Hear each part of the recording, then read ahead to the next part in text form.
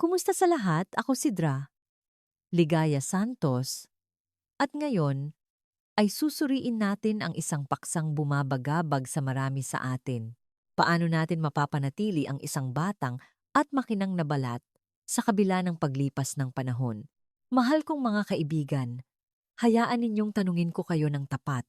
Totoo bang tuwing umaga sa pagtingin ninyo sa salamin, ang unang nakikita ninyo ay ang mga crow's feet sa paligid ng inyong mga mata, ang malalalim na kulubot sa noo at ang mga batik na dumidilim at kumakalat ng paunti-unti, madalas kayong bumuntong hininga at mag-iisip, "Hay, matanda na ako. Paano ko pa magkakaroon ng magandang balat muli?" Naaalala ninyo ang mga taon ng kabataan kung kailan makinis at kulay rosas ang inyong balat at kaunting lipstick lang ay sapat na para magmukha kayong makinang buong araw. Nakakaramdam ba kayo ng pagkapahiya kapag hinihingi kayo ng inyong mga apo ng litrato? At medyo lumalayo kayo dahil sa takot na magmukhang matanda at kupas? Nais ba ninyong may isang simple at ligtas na paraan upang mapanatili ang inyong kabataan? Upang magliwanag ang inyong balat, mawala ang mga batik, at maging mas makinis ang inyong balat? Kung nakikita ninyo ang inyong sarili sa mga kaisipang ito, kung gayon ang video na ito ay para sa inyo. Ngayon ay dala ko sa inyo ang isang milagrosong elixir, isang sikreto upang baligtarin ang pagtanda na hindi malayo, kundi nasa inyong kusina lang. Ito ay ang pulang at makatas na kamatis. Huwag magmadaling patayin ang video. Manatili sa akin dahil ipinapangako ko na sa loob ng 20 minuto ay hawak ninyo ang sikreto para sa isang malambot at makinis na balat na may mas kaunting kulubot, pinaliit na mga batik, at isang makinang naningning na parang isang 20 taong gulang na dalaga. At bago tayo magsimula, kung ito ang inyong hinahanap, pakiusap suportahan ang aking channel sa pamamagitan ng pag-like sa video na ito at pag-subscribe. Ito ay libre para sa inyo, ngunit ito ay isang napakahalagang motibasyon para sa amin upang ipagpatuloy ang pagsasaliksik at pagdadala ng pinakamahahalaga at pinakamalapit na kaalaman tungkol sa kalusugan at kagandahan para sa ating komunidad ng mga nakatatanda. Maraming salamat. At ngayon, bumalik tayo sa ating bituin ngayon. Marami sa inyo ang magtatanong, kamatis? Kung kinakain natin ito sa mga ensalada at nilaga sa lahat ng oras, paano nito pababatain ang aking balat kung ilalagay ko ito sa aking mukha? Mahal kong mga kaibigan, syempre, napatunayan na ng agham. Ang pinakamalaking sikreto ng kamatis ay nasa isang gintong sangkap na tinatawag na lycopene. Hindi ninyo kailangang tandaan ang komplikadong pangalang pang-agham na ito. Isipin na lamang ito sa ganitong paraan. Bawat araw ang inyong balat ay inaatake ng mga kaaway. Sino ang mga kaaway na iyon? Ang araw, polusyon, stress, at pagkabalisa. Ang mga ito ay lumilikha ng mga maninira na tinatawag na free radicals. Ang mga maninira na ito ay sumisira sa collagen na nagiging sanhi ng pagkulubot at pagdilim ng inyong balat.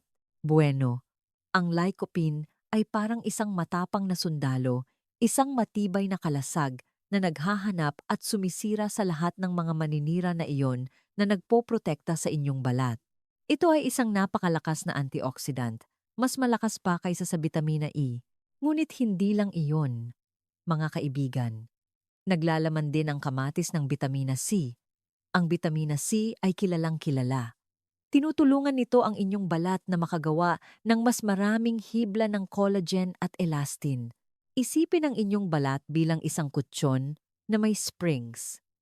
Ang collagen ay ang mga springs na iyon. Kung malakas ang mga springs, matatag ang kutsyon. Kung maraming collagen ang inyong balat, magiging matatag ito at automatikong magiging makinis ang mga kulubot. Tinutulungan din ng bitamina C na matunaw ang mga kumpol ng melanin, na siyang sanhi ng mga batik at hyperpigmentation. Naglalaman din ito ng bitamina A, na tumutulong sa balat na gumaling ng mas mabilis at bawasan ang pagkatuyo at pagkasugat. At sa wakas, ang kamatis ay may banayad na acidity tulad ng citric at malic acid.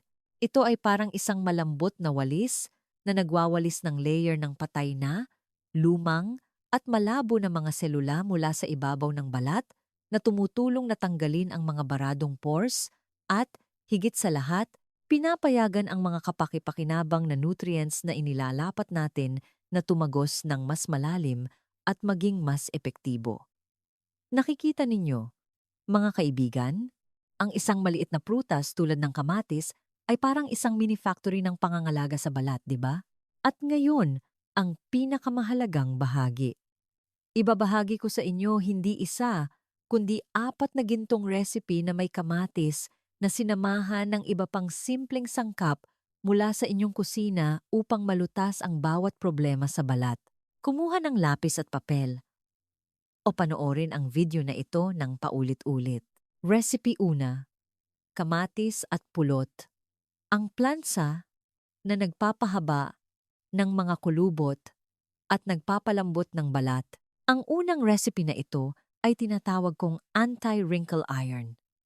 Ito ay para sa inyong mga may tuyo at kulubot na balat, lalo na ang mga maliliit na linya sa paligid ng mga mata at bibig.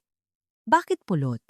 Dahil ang pulot ay ang reyna ng hydration, nag-aakit ito ng kahalumigmigan mula sa hangin at dinadala ito sa balat, na agad na nagpapalambot nito. Mayroon din itong antibacterial properties na nagpapagaling sa balat, habang ang lycopene at vitamina C ng kamatis ay lumalaban sa mga kulubot mula sa loob. Ang pulot naman ay nagpapagaling at nagpapalusog sa balat. Iniiwan itong malambot, makinis at makinang sa labas. Paano ihanda ang recipe na ito? Mga sangkap, kalahating hinog na kamatis. Pumili ng kamatis na hinog, mas maraming lycopene. 1 kutsarita ng purong pulot. Paghahanda. Una, hugasan ng maigi ang kamatis. Maaari ninyong balatan at tanggalin ang mga buto dahil ang mga buto ay maaaring makamot sa balat o maaari lang ninyong kudkurin ang kamatis sa isang ceramic na plato o i-blend ng maigi sa isang blender. Pagkatapos, gumamit ng pinong salaan o malinis na tela upang kumuha ng 2 kutsara ng katas ng kamatis. Pagkatapos, idagdag ang 1 kutsara ng pulot sa 2 kutsara ng katas ng kamatis at haluin ng maigi. Haluin hanggang sa bumuo ng makapal at homogeneous na paste. Paano gamitin? Ang unang hakbang ay hugasan ng maigi ang inyong mukha ng maligamgam na tubig upang mabuksan ang mga pores, patuyuin ng dahan-dahan. Ngayon, gumamit ng brush o malinis na daliri upang ilapat ang pinaghalong pantay sa mukha na nagbibigay ng espesyal na pansin sa noo, gilid ng mga mata at bibig. Tandaan na iwasan ang contour ng mata at labi. Pagkatapos, humiga, ipikit ang mga mata at mag-relax sa loob ng 15 hanggang 20 minuto. Huwag hayaang masyadong matagal dahil ang isang tuyong maskara ay hindi maganda. Sa wakas, hugasan ang inyong mukha ng maligamgam na tubig at pagkatapos ay banlawan ng malamig na tubig upang isara ang mga pores. Agad pagkatapos hugasan ang inyong mukha, hipuin ito. Mapapansin ninyo kung gaano kalambot, makinis, at hydrated ito. Kung magiging consistent kayo sa recipe na ito 2 o 3 beses sa isang linggo, pagkatapos ng 1 buwan, makikita ninyo kung paano lumalambot ang mga maliliit na kulubot at ang inyong balat ay nagiging mas makinang. Recipe 2. Kamatis at natural na yogurt na walang asukal, ang pambura na nagtatanggal ng mga batik at nagpapakinang sa balat. Ang inyong balat ay makinis at hydrated, ngunit marami sa inyo ang nag-aalala pa rin sa mga maitim na batik at pekas. Hindi ko kailangan ng balat na makinis. Gusto ko lang na magmukhang mas maliwanag at pantay ang kulay ng aking balat. Kung gayon, mayroon din tayong solusyon para dyan. Dumaan tayo sa recipe number 2, ang mandirigma na nagpapawala ng mga maitim na batik.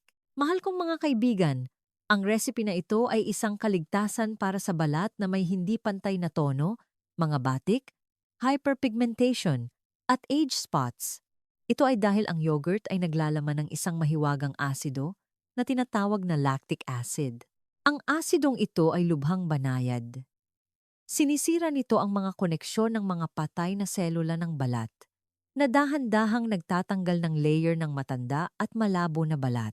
Ang pinakamahalaga ay pinipigilan nito ang produksyon ng melanin, ang ugat ng mga batik.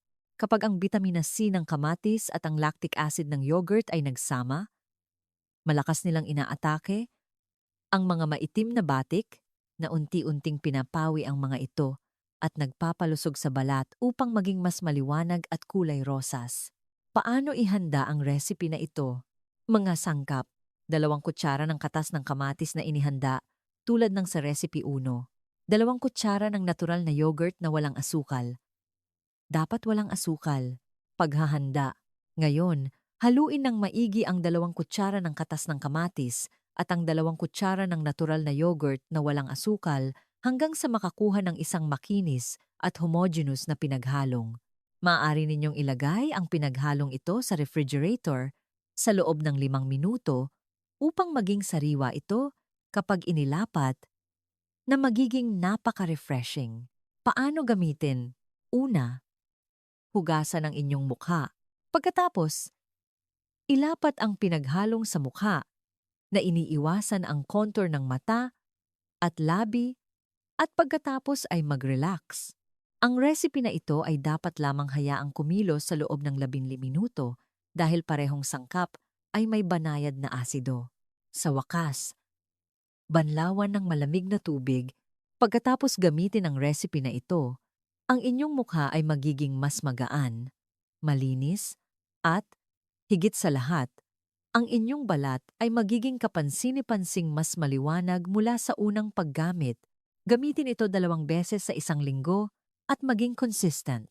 Ang mga batik ay hindi mawawala sa loob ng 1 o 2 araw, ngunit sa 2 o 3 buwan ng pagiging consistent, makikita ninyo ang isang malaking pagkakaiba. Recipe 3. Kamatis at oats. Ang vacuum cleaner na. Nagpapaliit ng pores at nagkokontrol ng langis.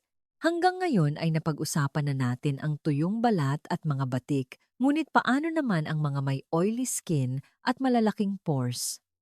Ang balat ko ay laging makintab. Napakalaki ng mga pores ko. Hindi kaya lalo pang barahan ng maskara na ito ang mga pores ko? Hindi naman. Ito ang recipe partikular para sa oily skin. Para sa inyong may oily skin, malalaking pores, o madalas magkaroon ng blackheads at pimples, ito ang inyong kaligtasan. Ang oats ay parang isang mini vacuum cleaner. Naglalaman ito ng saponins na tumutulong sumipsip ng labis na sebum, langis, at dumi na nakatago ng malalim sa mga pores. Lubhang banayad din ito, tumutulong bawasan ang pamamaga at pakalmahin ang balat. Habang nililinis ng banayad na asido ng kamatis ang ibabaw ng balat, ang oats ay pumapasok upang linisin ng malalim ang loob. Kapag malinis na ang mga pores, automatiko itong lumiliit. Paano ihanda ang recipe na ito? Mga sangkap, kalahating kamatis. Sa pagkakataong ito, durugin ang buong prutas nang hindi na kailangang salain ang katas. 2 kutsara ng pinong oatmeal. Kung wala kayong fine oatmeal, maaari ninyong gilingin ang oatmeal sa isang kapehan. Paghahanda, ilagay ang dinurog na kamatis sa isang mangkok. Unti-unting idagdag ang oatmeal habang hinahalo hanggang sa bumuo ng isang makapal na paste na hindi madulas. Paano gamitin? Hugasan ang inyong mukha ng maligamgam na tubig. Pagkatapos, ilapat ang pinaghalong sa mukha gamit ang mga kamay. Isang espesyal na hakbang. Ngayon, gamitin ang dulo ng inyong mga daliri upang dahan-dahang imasahe ang balat sa pabilog na galaw sa loob ng 2 o 3 minuto na nagbibigay ng espesyal na pansin sa T-zone, noo, ilong, at baba. Ito ang hakbang kung saan sinisipsip ng oats ang mga impurities. Pagkatapos magmasahe, hayaan ang maskara na kumilos sa loob ng 10 hanggang 15 minuto pa.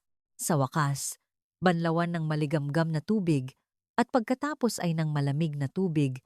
Pagkatapos hugasan ang inyong mukha, ang inyong balat ay magiging malambot at makinis sa paghipo nang walang pakiramdam ng pagkatuyo o paghigpit.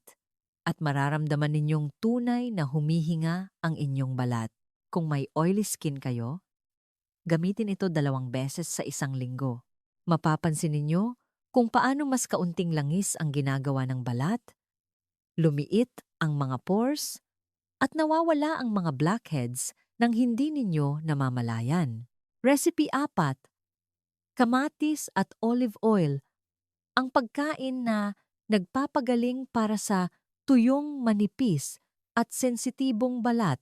Napag-usapan na natin ang 3 recipe, ngunit alam kong marami sa inyo, lalo na ang mga nakatatanda, ay hindi lamang may kulubot na balat, kundi pati na rin tuyo, napakatuyo, manipis, at madaling kapitan ng iritasyon. Natatakot ba kayong gumamit ng mga bagay na may asido? Kung gayon, narito ang huling recipe, isang super repair na produkto para sa tuyo at sensitibong balat. Ang recipe na ito ay isang pagkain para sa balat. Tumutulong ito na malalim na magbigay ng sustansiya sa balat, iniiwan itong malambot, pinapataas ang pagkalastiko nito, at inaayos ang protective barrier ng balat na naging manipis at mahina. Dapat ninyong piliin ang extra virgin olive oil na cold-pressed. Ang olive oil ay mayaman sa vitamina E at malusog na taba tulad ng omegas. Ito ay parang isang protective layer na nagpapanatili ng lahat ng kahalumigmigan sa balat, agad na nagpapalambot sa balat, at isang napakalakas na antioxidant. Kapag sinamahan ng lycopene ng kamatis, ang walang hanggang kabataan ay isang katotohanan. Paano ihanda ang kamangha-manghang recipe na ito? Mga sangkap: 2 kutsara ng sinala na katas ng kamatis upang matanggal ang mga buto at balat, kalahating kutsarita ng extra virgin olive oil. Kung ang inyong balat ay napakatuyo, gumamit ng kalahating kutsarita. Kung katamtamang tuyo, 3 o 4 na patak lamang. Paghahanda, ilagay ang katas ng kamatis sa isang mangkok. Pagkatapos, idagdag ang langis. Haluin ng napakabilis gamit ang kutsara upang maghalo ang langis at tubig. Maaring medyo mahirap itong matunaw, ngunit hindi mahalaga. Paano gamitin? Dapat din ninyong hugasan ang inyong mukha. Pagkatapos, ilapat ang pinaghalong sa balat. Ngayon, gamitin ang mga kamay upang dahan-dahang imasahe sa loob ng 5 minuto. Imasahe mula sa baba pataas at mula sa loob ng ilong patungo sa pisngi upang masipsip ng balat ang lahat ng nutrients at maiangat ang mga kalamnan ng mukha. Hayaan ang maskara na kumilos sa loob ng 10 minuto pa. Tandaan, sa pagbanlaw, dahil sa langis, banlawan muna ng maligamgam na tubig. Maaari kayong gumamit ng banayad na facial cleanser kung sa tingin ninyo ay mamantika pa rin ito, o gumamit lang ng malambot na panyo upang sumipsip ng labis na langis at pagkatapos ay banlawan ng malamig na tubig. Kung tuyo at magaspang ang inyong balat, pagkatapos gamitin ang recipe na ito ay magiging kasing lambot ito ng balat ng sanggol. Kung gagamitin ninyo ito sa taglamig, kapag tuyo ang panahon, ito ay kamangha-mangha. Ang isang balat na may sapat na nutrisyon ay natural na magiging mas malakas, mas makinis, at mas kaunti ang pagiging sensitibo na may mas kaunting kulubot. Kaya natapos ko na ang pagtuturo sa inyo ng 4 na recipe. Ngunit, mahal kong mga kaibigan, ang pagmamadali ay hindi maganda. Gaano man ito kaganda at kamura, ang natural na kagandahan ay dapat munang maging ligtas. Makinig ng mabuti at itanim sa inyong isip ang 4 na tip na ibibigay ko sa inyo sa ibaba.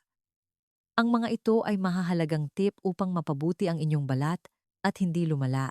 Pinakamahalagang tip: dapat kayong gumawa ng reaction test. Ang balat ng mga nakatatanda ay napaka-sensitive. Bagamat banayad ang kamatis, maaaring may ilang tao na may allergy dito.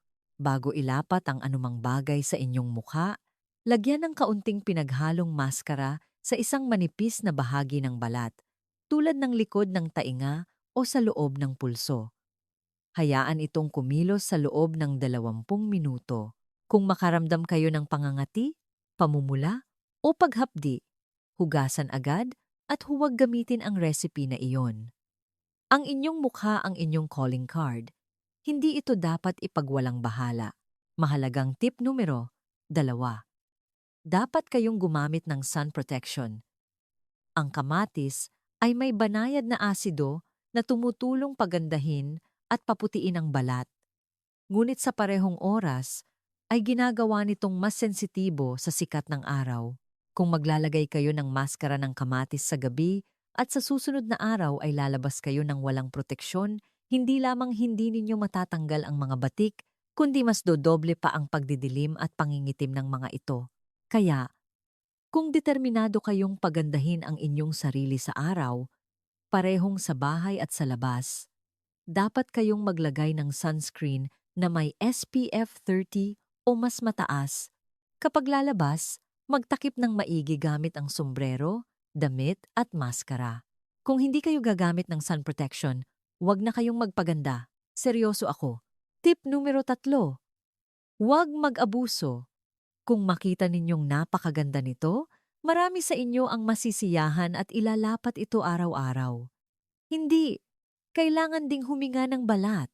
Kung masyado ninyong ilalapat ito, magiging overloaded ang balat, mawawala ang natural nitong fat layer at manghihina na magiging mas madaling kapitan ng iritasyon. 1 beses o 2 beses sa isang linggo ay sapat na. Bawat aplikasyon ay dapat lamang tumagal ng 15 hanggang 15 minuto. Huwag iwanan ito ng buong gabi. Tip numero 4. Huwag gamitin kung may problema sa balat. Kung mayroon kayong sugat, namamagang, namamaga, o may nana na acne, huwag maglagay ng maskara ng kamatis. Ang asido ng kamatis ay magpapairita sa sugat at magpapalala ng acne. Hintayin na ganap na gumaling ang balat at humupa ang pamamaga ng acne bago simulan itong bigyan ng sustansiya. Konklusyon, mahal kong mga kaibigan, ngayon ay ibinahagi ng aking channel ng buong puso at kaluluwa ang 4 na kayamanang ito mula sa prutas ng kamatis. Mayroon tayong plansa ng kamatis at pulot para mapakinis ang mga kulubot. Mayroon tayong pambura ng kamatis at yogurt para matanggal ang mga maitim na batik. Mayroon tayong vacuum cleaner ng kamatis at oats para malinis ang mga pores. At mayroon tayong handaan ng kamatis at olive oil para maalagaan ang tuyo at delikadong balat. Gaya ng nakikita ninyo, ang mga sangkap ay nasa inyong kusina na at ang paghahanda ay napakasimple. Ang tanging kailangan ninyo ngayon ay hindi gumastos ng milyon-milyon o lumayo, kundi kaunting pagiging consistent at kaunting pagmamahal sa inyong sarili. Alam kong marami sa inyo ang nagtrabaho ng buong buhay para sa inyong mga asawa, anak, at apo, nag-aalala sa lahat at madalas na nakakalimot sa inyong sarili. Tinitingnan ninyo ang inyong sarili sa salamin, nakikita ang mga kulubot at batik at nagkikibit-balikat. Ngunit, mahal kong mga kaibigan, hindi lamang kayo nagpapaganda para sa inyong sarili. Kapag maganda ang inyong tingin sa sarili, nakakaramdam kayo ng kumpiyansa at kaligayahan. At ang kapaligiran sa pamilya ay nagiging mas mainit at masaya. Ang inyong mga anak at apo ay makikita kayong makinang at puno ng buhay at magiging proud at masaya rin sila. Kaya hinihiling ko sa inyo na ipangako ninyo sa akin na simula sa linggong ito ay gugugulin ninyo ang 30 minuto, 2 beses lang sa isang linggo upang bigyan ng kasiyahan ang inyong balat gamit ang mga kamangha-manghang kamatis na ito. Sumasang-ayon ba kayo sa akin? Kung sa tingin ninyo ay tunay na makabuluhan ang mga ibinahagi ko ngayon at tumagos sa inyong puso, pakiusap huwag mag-atubiling i-like ang video na ito at i-click ang pulang subscribe button na nasa ibaba lang. Libre ito. Hindi kayo gagastos ng kahit 1 sentimo. Ngunit ito ay isang napakahalagang espiritual na regalo, isang napakalaking motibasyon para sa amin upang ipagpatuloy ang pag-ambag at pagsasaliksik ng mas marami at mas mahusay na mga sikreto upang paglingkuran kayo. At sa totoo lang, pagkatapos mag-subscribe, huwag kalimutang i-click ang maliit na kampana na lumalabas sa tabi. Kailangan ninyong i-click ang kampanang iyon upang tuwing maglalabas ng bagong video ang aking channel, agad kayong aabisuhan ng YouTube. Kayo ang unang makakatanggap ng abiso at hindi ninyo mapapalampas ang anumang mahalagang tip. At kung mayroon kayong mga kapatid, malalapit na kaibigan na nag-aalala rin sa kanilang balat, pakiusap ibahagi ang video na ito sa kanila. Sama-sama tayong gaganda, magiging masaya at malusog, at ang ating mga relasyon ay lalong magiging matibay, di ba? Ang pagbibigay ay pagtanggap. Ang pagbabahagi ng isang magandang sikreto ay pagtatanim ng buto ng kalusugan at kaligayahan para sa iba. Sa wakas, kung mayroon kayong anumang katanungan o gusto ninyong pag-usapan ko ang anumang iba pang paksa tulad ng paglalagas ng buhok o sakit sa likod, huwag mag-atubiling mag-iwan ng komento sa ibaba ng video na ito. Ipinapangako kong babasahin ko at sasagutin ang lahat ng inyong mga iniisip. Muli, taos-puso akong nagpapasalamat sa inyong pagmamahal at napakahalagang suporta na ibinigay ninyo sa aking channel. Nais kong hilingin sa inyong lahat, una sa lahat, napakalaking kalusugan. Ikalawa, kapayapaan at katahimikan sa inyong mga puso at sa wakas, nawa ay ang inyong balat ay laging makinis, kulay rosas at bata na lumalaban sa paglipas ng panahon. Hanggang sa susunod sa aking mga susunod na video.